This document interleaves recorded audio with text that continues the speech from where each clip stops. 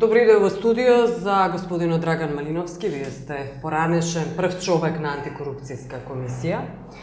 И од тука прилично релевантен, всушност е и дел од одбраната на Пуч, но тоа не го намалува значењето, компетентноста и важноста, се разбира, се анализира последната вест која дојде од судот, како вели Основниот суд Скопје, се забранува да се користат прислушкувани материјали како докази во истражна постапка, се мисли на, се разбира, идната истражна постапка која би следела, на тоа мислат веројатно, на специјалниот јавен обвинител, така, затоа што биле собрани на незаконит начин.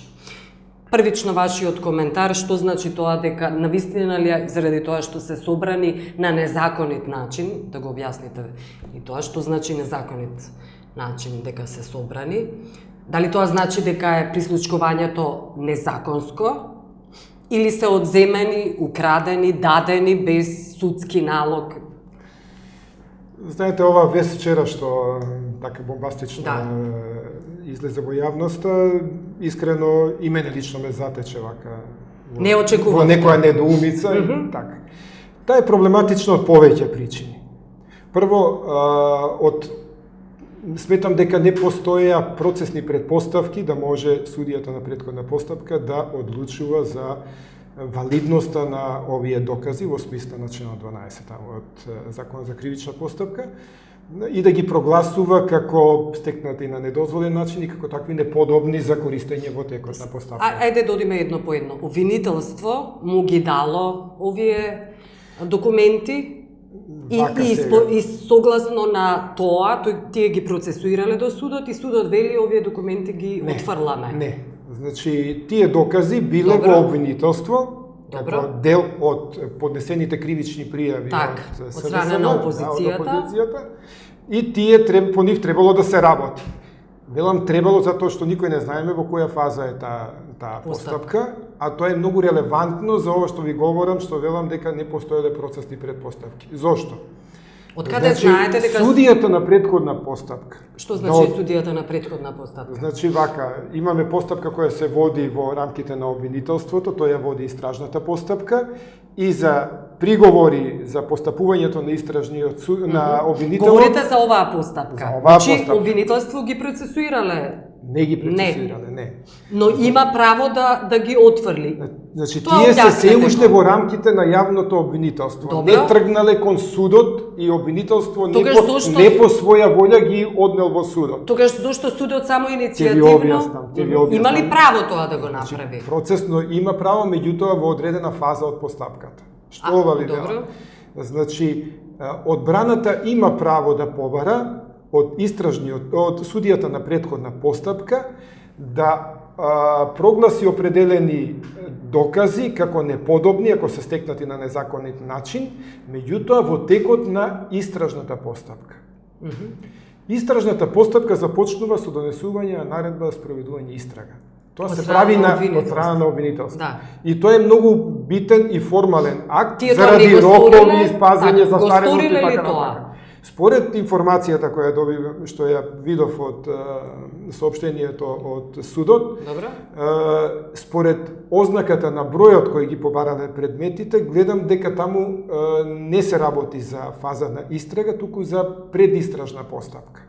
Во предистражна постапка судијата на претходна постапка нема никаква надлежност. Не може тој да се произнесува. Практично оваа негова одлука е незаконска. Јас сега имаме на дилема сега. Вака сите сме, кога велам има некои нејасноти и веројатно наредниот период ни се разјасна. Кривичните пријави, колку се сеќам, беа поднесени некаде февруари месец, март, така некако беа поднесени. Сега сме септември. Постојано беа носени. Возможно ли е, сите се прашуваме, да досега не била донесена наредба за спроведување на истрага и за да може да постапува јавниот обвинител. Произлегува дека јавниот обвинител или јавното обвинителство се досега овие предмети ги држа во предистражна постапка. Од кои причини и како на мене навистина. Добро, значи дека оваа одлука според она што го говорите, ако воопшто нема истрага, тоа значи дека е незаконска одлуката на Основниот суд. Кој ќе ја прогласи за незаконска? Па сега очекувањата се дека јавното обвинителство, бидејќи само тоа може да поднесе жалба на одлуката на судијата на претходна постапка, дали ќе поднесе или не, тоа од него зависи, ќе видиме каков епилог ќе има натаму. Жалба треба да поднесе и опозицијата. Нема право. Не? Опозицијата тука може да поднесе само обвинителството. Да. Тоа Па не знам сега. Предпоставувате дека нема ако да се забележи според овој практиката. Овој превид, ако имаме таков превид, ја мислам дека тоа е без друго. Ајде околу ова да се објасни. Има ли право да се наречат, да се квалификуваат овие материјали, прислушкувани материјали, дека се незаконски прибавени? Што тоа значи? Ако е незаконски прислушкувањето, ако тврди власта дека таа не донела одлука, ниту пак дала наредба за прислушкување, туку само иницијативно, тоа го правеле луѓето кои сега се во истражна постапка и за кои се суди, едниот веќе е осуден на 3 години.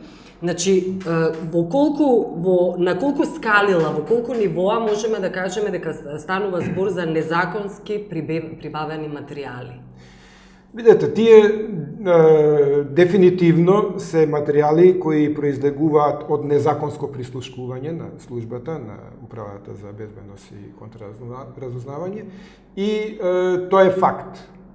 Кој тоа го правил, како го правил е прашање на друга постапка, а може ќе биде прашање и на надлежноста на специјалниот јавен. Би требало да биде, се разбира. Секако треба. Да. Дека би требало да биде. Значи тоа е отворено прашање. Да. Ако е тоа така, овие докази кои се прибавени на ваков начин, можеме да кажеме дека се на незаконски начин isproducirani и снимени, меѓутоа не можеме да исклучиме нивната релевантност. Зошто ова го велам? Ајде да предпоставиме дека ќе обстои оваа одлука на судијата на претходна постапка и тие ќе бидат издвоени, спакувани и ќе стојат кај него како такви и не може да се користат. Можеме да речеме дека ние немаме случај прислушкување и содржината на тие снимки? Не можеме. Едноставно тие може да бидат во најмала рака прифатени како допрен глас. И обвинителството тие информации и јавноста кои ги имаше слушна, тоа се надеваме и обвинителството, и ги преслушал дополнително, не може да исчезнат како информации.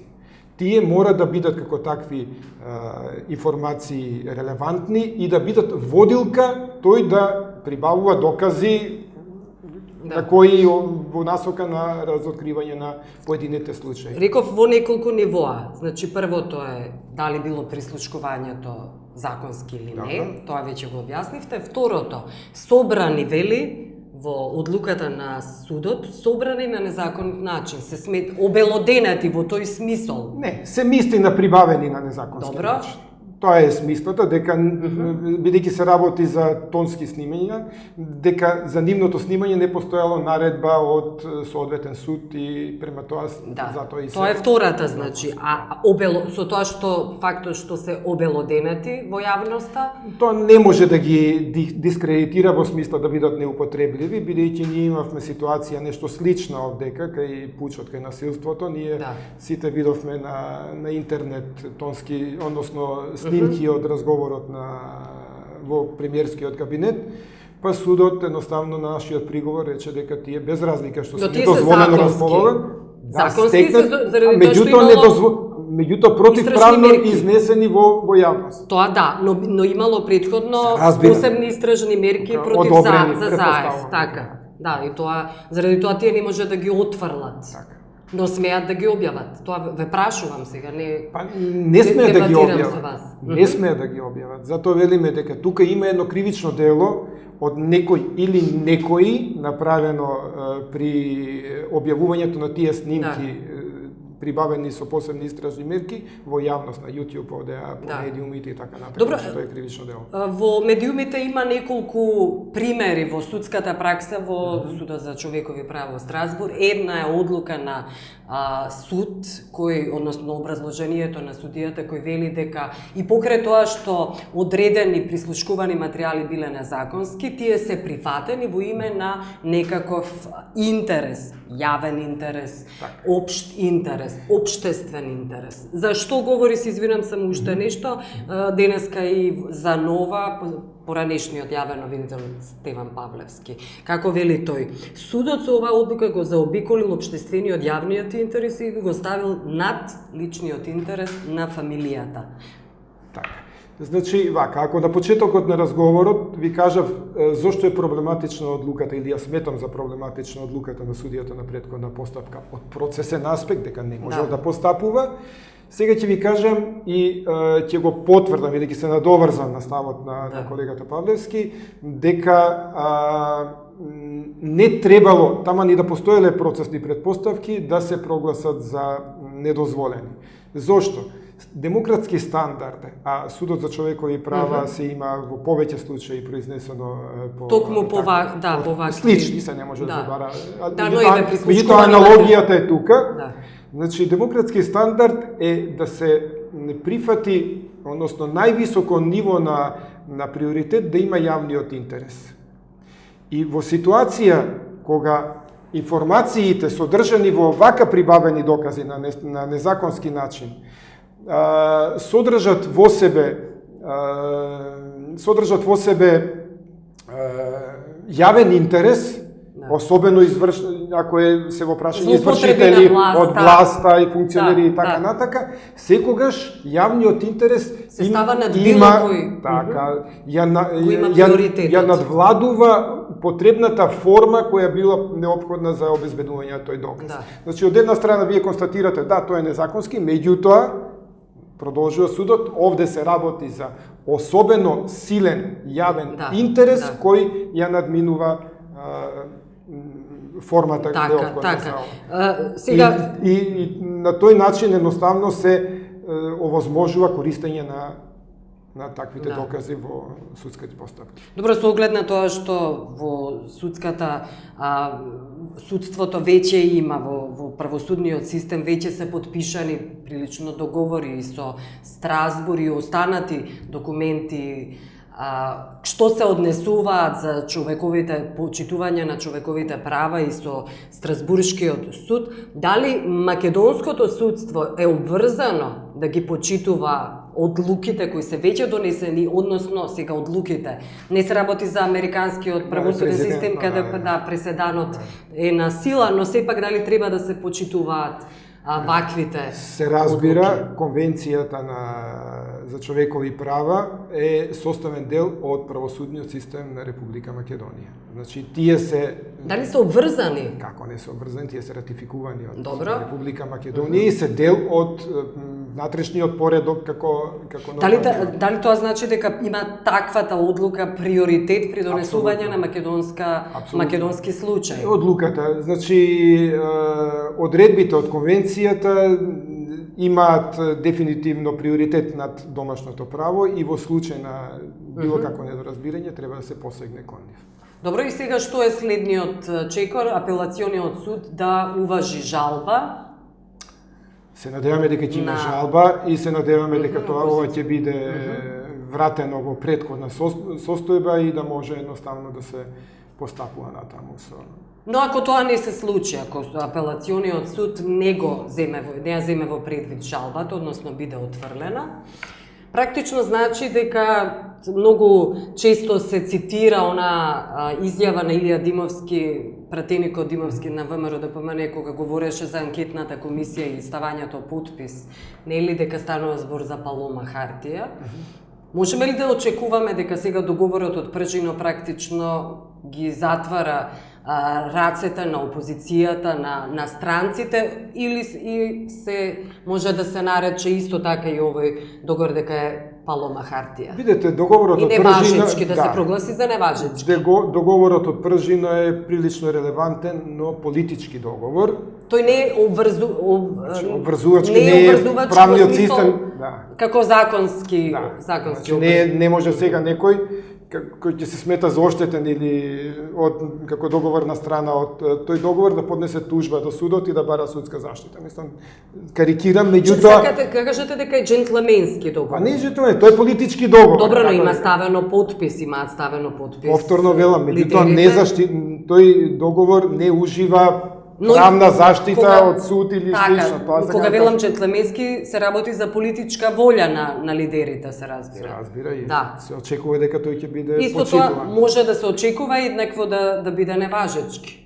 Па добро, секој може да рече, слушате, ја се пишмам, ми отстапувам тој договор и никому ништо, ќе има политички дискусии и така натака. Да, тоа консеквенци може да има. Тоа секој калкулира со тоа и знае какви последици ќе има. Добро. Меѓутоа, јас не гледам крај на светот доколку и остане ваквата одлука и не мислам дека треба да се запре со процесот на поставување на правна рамка за специјалниот јавен обвинител, размислување на неговата персоналното решение кој ќе биде и едноставно тој процес да како може да профункционира ако судот донел ваква одлука. Би се кочела работата воопшто на специјалниот. Јас ве разбирам вас. Дали е неопходно, сакам да прашам, специјален суд во контекст на поставувањето на јавниот обвинител? Па ние и претходно укажувавме дека е неопходно да постои специјално оделение или специјални судии кои ќе постапуваат по овие предмети, бидејќи навистина џабе вие ако имате специјален јавен обвинител кој подготвил квалитетни обвиненија, ако ги испостави пред судии кои се искомпрометирани или се проблематични во нивниот капацитет. Оваа одлука на судот е дополнителна причина и потврда за таквата потреба. И сметам дека тоа во наредниот период и ќе се активизира повеќе. Пак нема да биде јасно за јавноста. Со тоа ќе се покаже дека е неважечка одлуката на судот? Во која смисла? Со покренување на целата постапка, специјалниот јавен обвинител би почнал да функционира. Но претходнава одлука на судот, кој вели дека се неважечки, невалидни тие прислушкувани материјали, нема да може да ги користи тие воопшто да покренува било каква постапка. Хипотетички. Да не беше оваа одлука донесена. Се поставува специјален јавен обвинител, се создава тим, почнува истраги, создава обвиненија, ги поднесува. Бидете сигурни дека составен дел на обвиненијата немаше да бидат снимените разговори, CD-ата и така натаму. Добро. Бидејќи таму дефинитивно ќе беа. Не, затоа велам јас. Тие немаше да бидат како составен дел од листата на докази на обвиненијата. Меѓутоа, тие ќе беа поупотребливи и ќе му оставаше поголем маневарски простор на јавниот обвинител при истражувањето, при копањето и така натака. Тие ќе бидат поидовна точка за започнување на некакви истраги. Вие ќе имавте еден доста релевантен допрен глас. Добро. И кој ќе му даваше смерници во кој правец јавниот обвинител ќе прибавува докази кои дефинитивно се подобни и може да бидат користени. Тоа значи дека со ова што вие го велите, ако не се тие дел од доказниот материјал, тие бомби, тие прислушкувани материјали, така тогаш значи дека лесно може да биде заобиколен за судот неговата одлука. Повторно велам, ја не гледам крај на светот, иако обстои една ваква одлука. Повторно велам, треба да се направат сите напори, јавниот обвинител, специјалниот јавен обвинител да се конституира и да почне да функционира и мислам дека... Ајде околу специјалниот јавен обвинител само некое прашање. Вие сте иземен во трката, иако постоја такви информации дека сте можен кандидат, но предпоставам дека сте иземен заради тоа што сте дел од одбраната на Пуч, на Заев. Но прашањето е, имаше прилично дилеми, дали тоа треба да биде човек, како го гледате вие, профилот на тој јавен обвинител, човек од праксата, како што сте сушност и вие, или пак стрикно човек од академската фела, теоретичар кој одлично го познава материјата, но никогаш не работел во пракса. Знаете што, мислам дека одењето исклучиво едната или другата опција не ни е среќна. Среќно решение. Среќно решение. Значи треба да се бара сепак човек кој ќе има адекватно и професионално и искуство од теоретски и од практичниот дел, ќе треба да има интегритет многу силен, ќе треба да има капацитет да работи под зголемен притисок на јавноста, на сите актери, храброст, секако, значи на вистина ќе треба да има многу атрибути позитивни за да може да се носи со ова. И јас не исклучувам или не фаворизирам една фела, да речеме од адвокати или не знам или универзитетски професори. Мислам дека универзитетските професори по мене се добра основа, бидејќи во принцип очекувањата се дека тој специјален јавен обвинител нема да влегува директно во судница. Он има тим од обвинители кои ќе ги застапуваат обвиненијата. Значи, оној занатски дел, тие веќе ќе го имаат и нема да биде проблем. Тоа е негов. И околу специјалниот суд, велите дека сте застапник на формирање на таква единица, специјална единица на суди, но сепак не се разгледува воопшто, според информациите се разбира од преговорите, не е дел од преговорите. И доколку не стапи на сила, доколку не биде формиран ваков специјален суд, како ја гледате работата на специјалниот јавен обвинител во атмосфера за која сме сведоци еве со последната одлука на судот, значи таа една цела мрежа на заемно испреплетани, поврзани односи со уцени, притисоци, клиентелизам, пари, проекти и така натаму, вмешаност на судската фела, полицијата. Видете, јас точно знам со што би се судрил специјалниот јавен обвинител и неговата екипа и ова за што говорите вие за состојбите во судството, останатите институции, тие се такви како што се. Тие најдобро ги пресликал во извештајот Прибе. И ја мислам дека тој извештај ни е така една рентгенска снимка по сите вертикали и хоризонтали за состојбите во Република Македонија и потенцијалите кои ги има нашето судство. За жал, состојбите се такви како што се, меѓутоа нема друга алтернатива. Специјалниот јавен обвинител мора жестоко да се зафати со истрагите, со постапувањето по предметите, да подготви јаки обвиненија.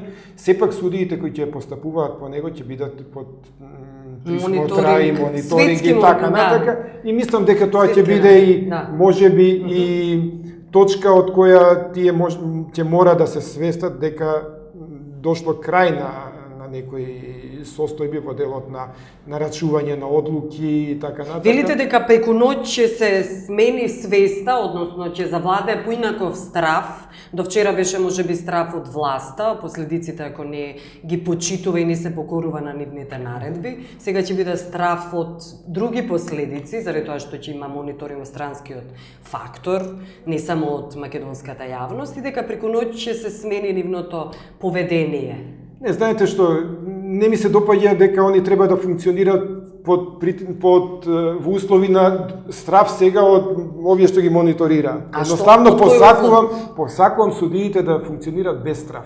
Значи по совест и без страв. Но тоа тие има судии со капацитет и ја мислам дека може да профункционираат како така, со силни обвиненија, со добро подкрепени обвиненија, со квалитетна расправа, мислам дека е возможно. Постојано се вели дека не сме да се генерализира и тоа велите вие, има судии кои имаат интегритет, ја бранат честно професијата и во име на демократијата, нели? И сепак има една работа која мора да се потенцира, еден проблем ни сите овие години. Ниту еден судија, колку и да имаше критики од страна не само како што велите вие од Прибе или Европската комисија, претходните извештаи или Стейт департментот, еве да ги заобиколат критиките на опозицијата или медиумските критики, тие ги отфрла и во име на судскиот совет.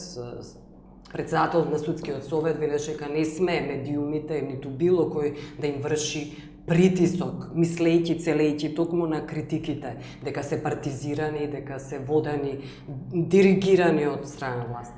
Видете, судскиот совет е приказка за себе. Мислам, лично моје мислење е дека судскиот совет е антипод од тоа што законот му дал позиција.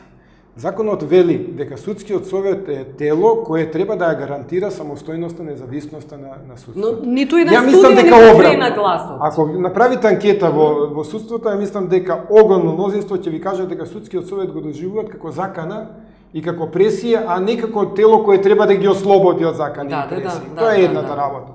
Втората работа што мислам дека недостасува кај судиите и не можев да препознам овој период е нивното здружение. Еснавско здружение, има здружение на судии. Состојбите се такви каде што они требаше, што се вели, на дневна основа да се остануваат, да расправаат, да се соочуваат со проблемите, на вистина се ситуациите се такви, меѓутоа и таму не гледам во делот на нивниот еснав некој да се постави, некој да се промовира некој став, нешто што ќе оди во позитивна насока на рачунството. Тогаш како можете да сметате, да се надевате, да имате надеж, треба да се биде сепак реален и да се согледа реалната состојба. Дека е многу тешко преку ноќ да се дојде до некакво освестување. Знаете што на демократичност кога ќе му дојде конкретниот предмет на конкретен судија, тој ќе биде соочен со предметот, со обвинението, со јавноста и така натака, така да мислам дека на јавноста мислите дека ќе биде очекувањата и дека не биде притисокот, меѓутоа ќе биде изложен, ќе знае дека сепак и ќе биде со име и презиме. Во оваа држава многу пати изостанува потенцирање на име и презиме на одреден судија кој донел одредена судска одлука. Па и досега беа имињата кажувани, меѓутоа тоа е тоа. Добро, јас ви благодарам што бевте гости. Молам.